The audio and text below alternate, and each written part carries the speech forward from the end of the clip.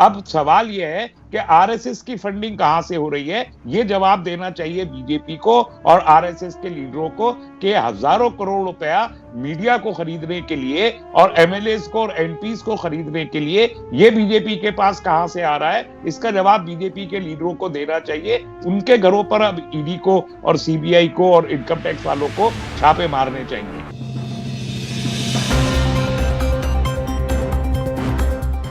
पल न्यूज से मैं हूं आपके साथ नदीम अकरम। चुनाव आयोग ने चुनाव की तारीखों का ऐलान कर दिया और उसी के चलते तमाम राजनीतिक पार्टियां अपनी अपनी तैयारियों में लग गई हैं, क्योंकि चुनाव है पश्चिम बंगाल में, असम में, केरल, तमिलनाडु और पांडुचेरी में। भारतीय जनता पार्टी किस तरीके से दमखम दिखाने वाली है और क्यों भारतीय जनता पार्टी में इतनी बौखलाहट है इन 5 राज्यों के चुनावों को लेकर के, इसके बारे में भी हम बात करेंगे। तो वहीं एसडीपीआई भी निकाय चुनाव केरल में जिस तरीके से हुए, कर्नाटक में हुए, अपना दमखम दिखाया है, तो उससे कई राजनीतिक पार्टियां भी डरा हुआ महसूस कर रही हैं कि अगर ये जीत गए तो हमारा क्या होगा, हमारे वोट बैंक कटेंगे, किसको क्या फायदा होगा। इसी पर पूरी तरह से बात करने के लिए हमारे साथ डॉक्टर तस्लीम रहमानी साहब मौजूद हैं, एसडीपीआई के सेक्रेटरी भी हैं और एसडीपीआई इन 5 राज्यों में किस तरीके से चुनाव लड़ेगी, इसी पर बात करने के लिए हमारे साथ जुड़े हैं। तस्लीम साहब, सबसे पहले मैं ये जानना चाहूंगा कि 5 राज्यों में चुनाव होने हैं, भारतीय जनता पार्टी अपनी पकड़ पूरी तरीके से हो रही है। देश की सबसे बड़ी पार्टी की बात की जाए तो तमिलनाडु में उनका जनाधार नहीं है, केरल में उनका जनाधार नहीं है, पश्चिम बंगाल में नहीं है, असम में जिस तरीके से 5 सालों में उन्होंने काम किए उससे जनता में रोष है। किस तरीके से देखते हैं इन चुनावों को और एसडीपीआई इन 5 राज्यों में किस तरह चुनाव लड़ने वाली? सबसे पहले तो मैं ये अर्ज कर दूं नदीम साहब के आज दिल्ली में 5 जो म्यूनिसिपल कॉर्पोरेशन के बाई इलेक्शन से उसका नतीजा आया है और दिल्ली में बीजेपी 1 सीट भी नहीं जीत सकी है जी। ये सबसे पहला ऐलान है इस बात का कि आने वाले 5 स्टेट्स के असेंबली इलेक्शंस में से बीजेपी एक भी स्टेट नहीं जीत रही है। आसाम वो लूज कर रही है बहुत बुरे तरीके से। बंगाल में उनका पूरा का पूरा कैंपेन टेलीविजन पर है, जमीन पे नहीं है। उसके बरक्स वहां की मुकाबली पार्टियां और कांग्रेस का और खास तौर पे टीएमसी रिपीट कर रही है। केरल में भी केरल में तो बीजेपी है ही नहीं। तमिलनाडु में और ऑल इंडिया अन्ना द्राविड़ मुनेत्र कड़गम एआईएडीएमके के कंधे पे बंदूक रख के चलाने की कोशिश कर रही है। पुडुचेरी में पैसे के जरिए उन्होंने अभी कांग्रेस की सरकार को इलेक्शन से 1 महीना पहले गिराया है और वहां भी उनको कोई खातिर खा फायदा होना नहीं है। तो 5 स्टेट्स में बीजेपी लूज कर रही है। ऐसे में बीजेपी का जो एक ही तरीका रहा है इलेक्शन जीतने का कि वो मजहबी मुनाफरत की बुनियाद पर इलेक्शन जीतती रही है और मजहबी बुनियाद को इस हद तक वो आगे लेके जाती है कि बीजेपी के इक्तदार का तख्त भारतीय अवाम के खून पर डूबे खड़ा हुआ होता है। आप देखिए कि 1990 से लेके अब तक जो पूरा कैंपेन बीजेपी का है वो खूनी इलेक्शन कैंपेन रहा है जिसमें हजारों लोगों का खून बहा है और उसकी बुनियाद पे उन्होंने इख्तियार हासिल किया है। यही काम वो अब केरल में करना शुरू कर रहे हैं, यही काम बंगाल में भी वो कर रहे हैं, यही काम वो असम में भी कर रहे हैं और इसके लिए उनके पास जो खूनी चेहरे हैं उनमें एक बड़ा चेहरा आप देखिए 2002 में जो गुजरात के फिसाद हुए थे जिसके अभी 19 साल पूरे हुए हैं, वहां कितना बड़ा कत्लेआम, पोग्रोम, इंसानियत कुछ एक फिसाद बपा करवा कर और 6 महीने बाद इलेक्शन हुआ और वो इलेक्शन जीते। इसी तरीके से बाबरी मस्जिद के पूरे मूवमेंट में खून बहा के इन्होंने किया। अब असम में भी जो हिंसा शुरू हुई है और ये सीएए को लेके आप देखिए सीएए के मूवमेंट को इस तरीके से पेश किया जाता है टेलीविजन पे जैसे वो कोई मुल्क दुश्मन तहरीक हो। लेकिन असम के लोगों ने उसको मुकम्मल तौर पर रिजेक्ट किया है, बंगाल में उसको रिजेक्ट किया और ये वही सीए की फिर वहां बात कर रहे हैं। तो ये साल 2021 का मैं ये कहता आ रहा हूं पहले से कि 2021 का साल बीजेपी को एक भी कामयाबी कहीं मिलने की कोई उम्मीद नहीं है और आज पहला इलेक्शन जो दिल्ली में बाई इलेक्शन ये हारे हैं, ये उस हार का आज से आगाज हो गया। जहां तक एसडीपीआई का ताल्लुक है, एसडीपीआई तो उन पार्टियों में नहीं है जो पार्टी सिर्फ इलेक्शन लड़ने के लिए वजूद में आती हैं। हम एक आइडियोलॉजी के साथ, एक मकसद के साथ जमीन पर काम करते हैं और जब इलेक्शन आता है तो फिर इलेक्शन भी कंटेस्ट करते हैं। केरल में सबसे ज्यादा मजबूती के साथ पार्टी मौजूद है। केरल से ही पार्टी खड़ी हुई है और पूरे केरल से उठ के पूरे नॉर्थ इंडिया तक 20 रियासतों में पार्टी फैली है। तो केरल में हम 140 में तकरीबन 100 के करीब सीटें हम लड़ना चाहते हैं। जो बाई इलेक्शन है केरल की एक मल्लापुरम सीट का, वो भी हम पूरी ताकत के साथ उसको कंटेस्ट करेंगे इंशाल्लाह। तमिलनाडु में हम लड़ रहे हैं 50 के करीब सीटें तमिलनाडु में हम लड़ रहे हैं। और वेस्ट बंगाल में भी हम मुर्शिदाबाद में हमेशा लड़ते रहे हैं, मालदा में लड़े हैं। 12 के करीब सीटें हम बंगाल में भी लड़ेंगे, लेकिन कोई शोर शराबा नहीं है। जैसे हम हमेशा इलेक्शन लड़ते आए वैसे लड़ेंगे। पुडुचेरी में भी हमारा यूनिट नहीं है और असम में भी नहीं है। उन 2 जगहों पे हम नहीं लड़ रहे हैं। 3 रियासतों में हम लड़ेंगे और जिस तरीके से हमने कामयाबियां हासिल की हैं लोकल चुनाव में, लोकल बॉडीज में, मुझे पूरा यकीन है कि इस इलेक्शन में हमारा खाता तमिलनाडु में भी खुलने वाला है, केरल में भी खुलने वाला है। जैसे कि सर आपने एक तंज कसा के शोर शराबा करके हम चुनाव नहीं लड़ रहे हैं, हम बिल्कुल शांति तरीके से चुनाव लड़ने जा रहे हैं। क्योंकि हमने देखा है कि जब पश्चिम बंगाल जाने की बात हुई, बिहार चुनाव जाते ही तब एक ऐलान किया गया कि हम मुर्शिदाबाद जाएंगे। और अब जब गुजरात में निकाय चुनाव, लोकल बॉडी चुनाव में 24 सीटें ऑल इंडिया मजलिस इत्तेहादुल मुस्लिमीन ने जीत ली, तो अब उन्होंने कहा है कि वो पंजाब के मलारकोट भी जाएंगे। क्या आपका जो तंज था वो ऑल इंडिया मजलिस इत्तेहादुल मुस्लिमीन के ऊपर था? क्योंकि लगातार हम देख रहे हैं कि सोशल मीडिया पर पूरी तरीके से सक्रिय है। नहीं, मैं तो किसी एक पार्टी की बात नहीं है। बहुत सारी पार्टियां इलेक्शन के वक्त में खड़ी होती हैं और वो इलेक्शन लड़ती हैं और इलेक्शन लड़ने के बाद घर चली जाती हैं। तो मेरा इशारा उन पार्टियों की तरफ है। 2900 पार्टियां हैं इस मुल्क में और उनमें से अक्सर सिर्फ इलेक्शन ही लड़ा करती हैं। तो मेरा इशारा उन तमाम पार्टियों की तरफ है। उसमें अगर एआईएम आता है तो वो भी सही।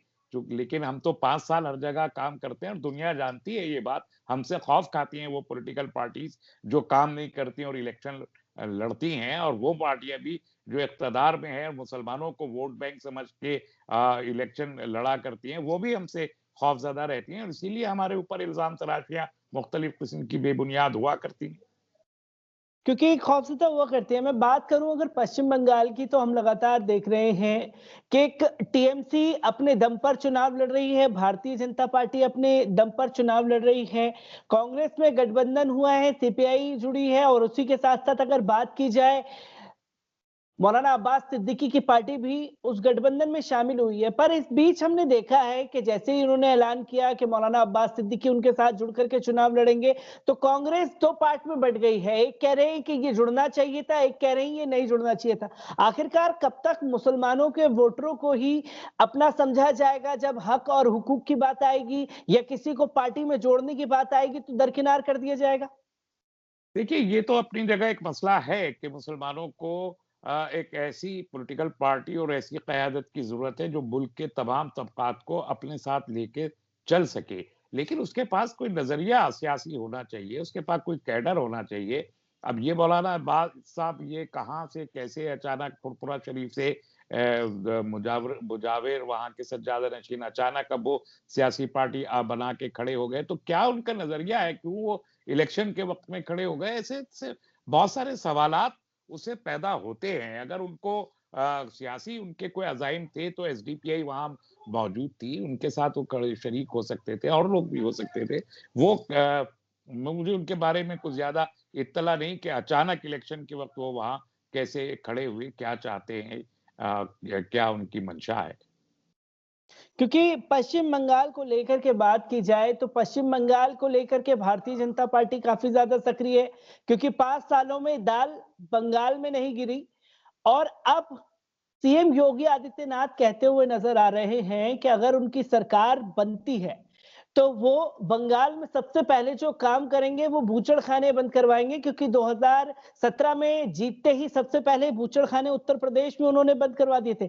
किस तरीके से देखा जाता है, क्योंकि पांडुचेरी या केरल के उनके नेता का बयान देखते हैं जो खुद फाइट कर रहे हैं, वो कहते हैं कि हम इसे लागू करेंगे और बेहतरीन बीफ देने की कोशिश करेंगे। दो धड़ों में क्यों बटी हुई है, बूचड़खाने बंद करवाने हैं और दूसरी तरफ ऐलान है कि हम बेहतरीन से बेहतरीन आपको बीफ परोसेंगे।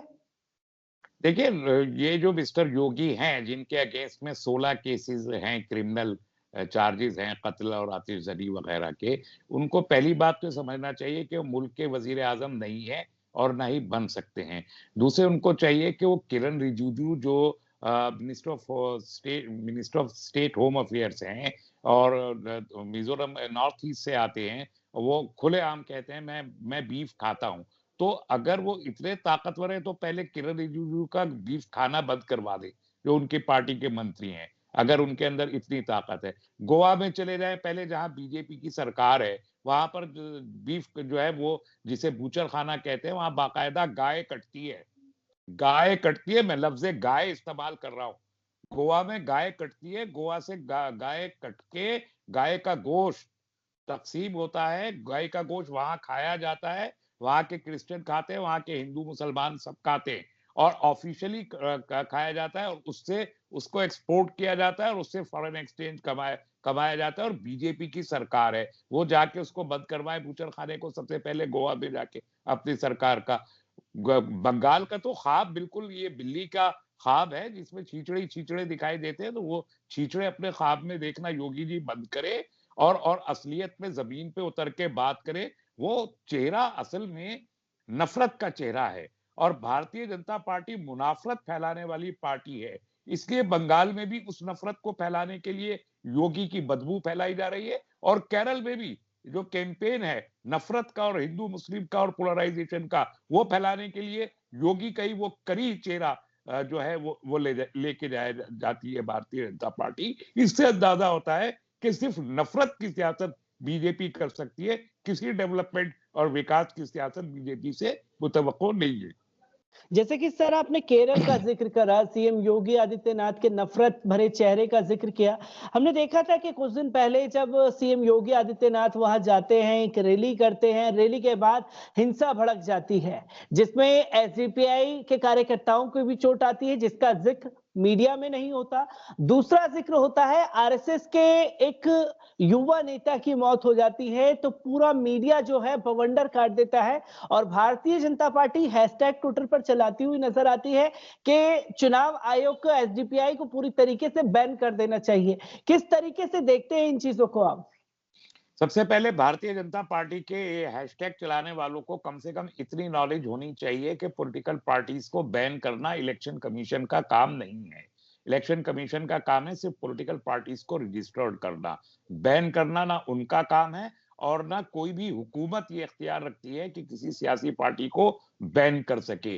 तो ये भी बिल्ली का ख्वाब है, जिसमें जो छींचड़े दिखाई दे रहे हैं उनको ये ख्वाब नहीं देखना चाहिए। दूसरी बात यह कि आरएसएस के गुंडों ने वहां पर हमला किया था एसडीपीआई के कार्यकर्ताओं के ऊपर और उसका भरपूर जवाब दिया। चोटें लगी, उनको भी गिरफ्तार भी हुए, लेकिन एसडीपीआई के लोगों ने ये बताया कि हम खौफ खाने वाले नहीं हैं और किसी से खौफ नहीं खाएंगे। हम 100 के करीब सीटें लड़ रहे हैं और आज ही पार्टी ने ये डिसाइड किया है और ये ऐलान अभी थोड़ी देर पहले किया है कि मल्लापुरम का जो जिमनी इंतखाब लोकसभा सीट पे हो रहा है, पार्टी ने मुझे वहां उम्मीदवार बना के भेजा है और मैं जा रहा हूं कल ही मल्लापुरम और वहां पर इलेक्शन हम पूरी ताकत से तमाम डेमोक्रेटिक और कॉन्स्टिट्यूशनल तरीकों से वो लड़ेंगे और जीतेंगे इंशाल्लाह। ये तो बात हुई बंगाल और केरल की। तमिलनाडु में बिल्कुल भी जनाधार भारतीय जनता पार्टी के पास नहीं है और बात की जाए असम की, तो असम में भी नफरत जी भर के परोसी जा रही है। एक नाम मिला हुआ है वहां पर मौलाना बदरुद्दीन अजमल का और इससे पहले मौलाना साहब ने भी ये ऐलान कर दिया था कि वो पूरी तरीके से कुर्बानी देंगे, चाहे जितनी भी सीटों पर भाजपा को रोकने के लिए लड़ना पड़े वो लड़ेंगे। और इसके बाद लगातार भारतीय जनता पार्टी का प्रहार है कि ये आतंकवादी संगठन है, मौलाना ने आतंकवादियों से ट्रेनिंग ली है। जिस तरीके की भाषा का इस्तेमाल किया जा रहा है उसे किस तरीके से देखते हैं? क्योंकि कांग्रेस ने एक मुद्दा पकड़ रखा है सीए का, अगर सरकार बनी तो वो सबसे पहले खत्म कर देंगे उसे। देखिए, वो भारतीय जनता पार्टी खुद जो है वो एक आरएसएस का सब प्रोडक्ट है, और आरएसएस का आतंकवाद में बहुत सी जगहों पे नाम रहा है। आरएसएस उसकी एलाइड ऑर्गेनाइजेशन का, उनको तो हर वो आदमी जो उनको चैलेंज देता हुआ दिखाई देता है वो आतंकवादी दिखाई देता है। पीएफआई को का राग अलापते हुए और पीएफआई के नाम का गाना गाते गाते उनको अब इक़्तिदार में 10 साल हो गए, और वो इसलिए कि उनको चैलेंज देती है। अब बदरुद्दीन अजमल दिखाई दे रहे हैं। ये तो देखें कि वहां जो बोडो पीपल्स फ्रंट है, जो बीजेपी का एलाई रहा है, एनडीए का हिस्सा रहा है, आज उसी बीपीएफ ने ये ऐलान कर दिया कि वो बीजेपी के साथ इलेक्शन नहीं लड़ेगी, इंडिपेंडेंट लड़ेगी। तो जो एनडीए के घटक दल हैं, एक-एक करके वो बीजेपी से अलग होते चले जा रहे हैं। तो जरा अपनी समीक्षा करके देखें ना, बीजेपी के उनके साथ ही अकाली दल चला गया, हरियाणा की पार्टी चली गई, अब असम की पार्टी भी चली गई।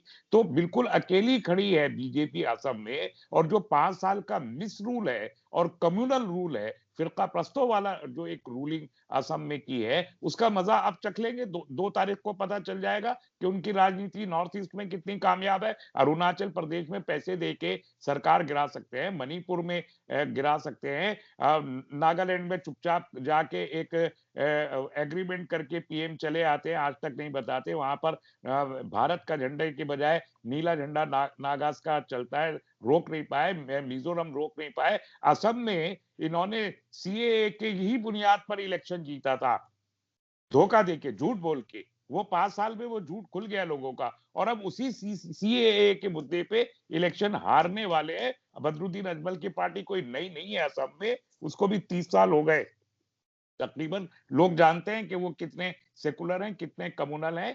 कांग्रेस को अब आके होश आया है, पहले ही होश आ गया होता तो बीजेपी को ये कामयाबी पिछले इलेक्शन में न मिली होती। सर, मेरा एक आखिरी 2 सवाल आपसे रहेंगे। आपने एक तो पीएफआई का जिक्र किया, सीएम योगी आदित्यनाथ और भारतीय जनता पार्टी को खास लगाव है, और एक ही सवाल बार-बार रहता है कि इतने पैसे जो हैं, इतने करोड़ पैसे जो है, लगभग मीडिया चैनलों में ये रहता है कि आज 150 करोड़ की फंडिंग हुई है, आज 100 करोड़ की फंडिंग हुई है, आज फला जगह से 250 करोड़ पीएफआई के पास आए हैं। तो असल में जो फंड है पीएफआई को, वो कहां से हो रहा है? बाद में एसडीपीआई का भी नाम पीएफआई से जोड़ दिया जाता है। और एक सवाल ये रहेगा, क्योंकि अभी हाल ही में हमारे देश के प्रधानमंत्री ने वैक्सीन लगाया, तो वैक्सीन के दौरान कुछ खास तस्वीरें देखने को मिली। गले में असम का गमछा था, एक केरल की नर्स थी, दूसरी पांडुचेरी की।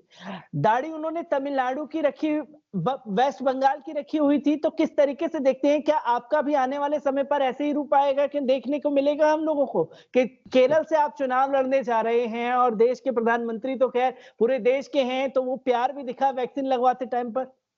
देखिए, प्रधानमंत्री तो बहरूपिये हैं, मुफ्त वो हर जगह भेष बदल के जाते हैं, और वो भेष में ही छुपे हुए हैं। उनका जो असलियत है वो किसी न किसी भेष के अंदर ही छुपी हुई है। हम लोगों को भेष बदलने की जरूरत नहीं है, जो अंदर है वही बाहर है, और जो जैसे हैं वैसे हैं, और उसको छुपाते भी नहीं है, उसको बताते हैं कि हम ऐसे हैं, खुल के हैं, जो भी है खुल के हैं। हम उन लोगों की तरह नहीं। यही फांसीवाद की निशानी है कि वो बहरूप बदलता है हर सूरत में। और जहां तक फंडिंग का ताल्लुक है, बड़ी सीधी बात है, हमारी फंडिंग आती है अवाम से।